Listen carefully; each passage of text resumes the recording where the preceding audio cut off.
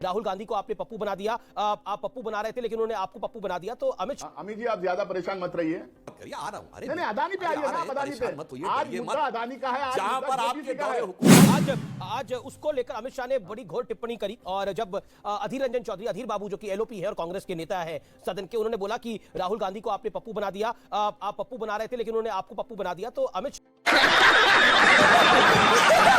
शाह ने बोला कि मैं स्ट्रांगली कंडेम करता हूं कि किसी मेंबर ऑफ पार्लियामेंट के लिए इस तरह के शब्द कहे जाए। क्या आपको लगता है कि आप बस को मिस कर गए? एक बड़ा मौका था बजट पे सरकार को घेरने का, मिडिल क्लास के मुद्दे पर सरकार को घेरने का, गरीब गुरबे पे सरकार को घेरने का, लेकिन राहुल जी का जो पूरा भाषण था वो 99.9% was focused on Adani, Adani and only Adani. Amit ji आप ज्यादा परेशान मत रहिए। बजट लोकसभा में बजट के ऊपर डिस्कशन अभी स्टार्ट हुआ है। राज्यसभा में कल दोपहर के बाद बजट के ऊपर डिस्कशन स्टार्ट होगा, तो उसमें जो बजट के ऊपर हम लोग को बात रखना है हम बिल्कुल बात रखेंगे। और दूसरी बात, सुधांशु त्रिवेदी जो बोल रहे थे, इन्होंने सब पे बात की। देखिए इन्होंने 2014 के पहले क्या था, बाद में क्या था, प्रधानमंत्री का रोल, किस परिवार से आते हैं, राहुल गांधी जी किस परिवार से आते हैं, सब पे बात कर रहे हैं। इनकी स्ट्रैटेजी देख लीजिए।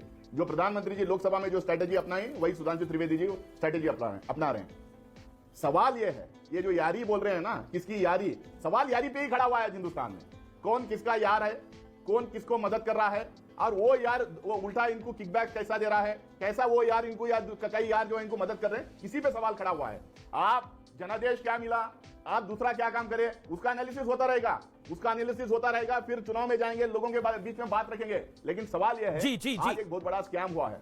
लोग के जो गरीब लोगों के बारे में सुधांशु त्रिवेदी बात कर रहे हैं ना, त्रिवेदी जी ये लोग पैसा जो लुटा है, जो पैसा दिया गया है, जो पब्लिक सेक्टर बैंक से जो पैसा लुटा हुआ है, वो गरीबों का पैसा है। एलआईसी में पैसा क्यों, एलआईसी में पैसा जो है इन्वेस्ट करते हैं लोग अनफोर्सीन इमरजेंसीज के लिए, अपनी लाइफ की सिक्योरिटी के लिए, अपने बच्चों के एजुकेशन के लिए वहां से पैसा निकालते हैं, अपनी बेटियों की शादी के लिए वहां से पैसा, सही कह रहे हैं बिल्कुल। वहां से पैसा आप अपने दोस्तों को दिलाते हैं, आज जो एलआईसी ठगी हुई है।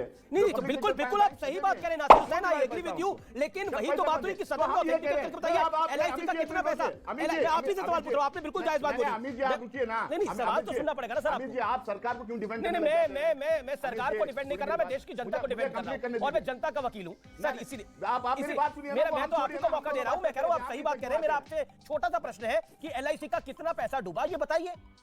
क्योंकि एलआईसी ने भी एक प्रेस रिलीज जारी करी है, एक नोट जारी किया है, सेबी ने भी एक नोट जारी किया है। आप नहीं सुनिए अमीर जी, एलआईसी प्रेस रिलीज जारी करेगी, बैंक स्टेटमेंट देगा, जीवीके वाले स्टेटमेंट देंगे, आप किससे स्टेटमेंट दिलवाते रहेंगे? सरकार आपकी है, आप जो भी स्टेटमेंट दे, वो स्टेटमेंट जो दे रहे हैं वो सही है गलत है कौन बोलेगा? स्टेटमेंट जो बैंक दे रहे हैं, एलआईसी दे रहे हैं, वो सही है गलत है कौन बोलेगा? ठीक है, इंक्वायरी होना चाहिए नहीं चाहिए? पर निर्मला जी ने कहा सही कह रहे हैं, पार्लियामेंट्री कमेटी के इंक्वायरीज नहीं भी हैं, इंक्वायरी करवाइए। आप डर क्यों रहे हैं, भाग क्यों रहे हैं? ओके सुधांशु त्रिवेदी आप डर क्यों रहे हैं इंक्वायरी कराने के लिए? बड़ा सीधा सवाल है नासिर हुसैन का, डर रही है भारतीय जनता पार्टी, भाग रही है भारतीय जनता पार्टी, इसका जवाब क्या है?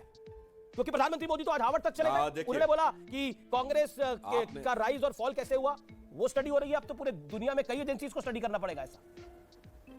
आप क्यों भाग रहे हैं? अमित जी आपने जब डर का वर्ड यूज किया और नासिर हुसैन साहब ने डर का वर्ड यूज किया, तो अचानक मेरे मन में एक दृश्य आ गया।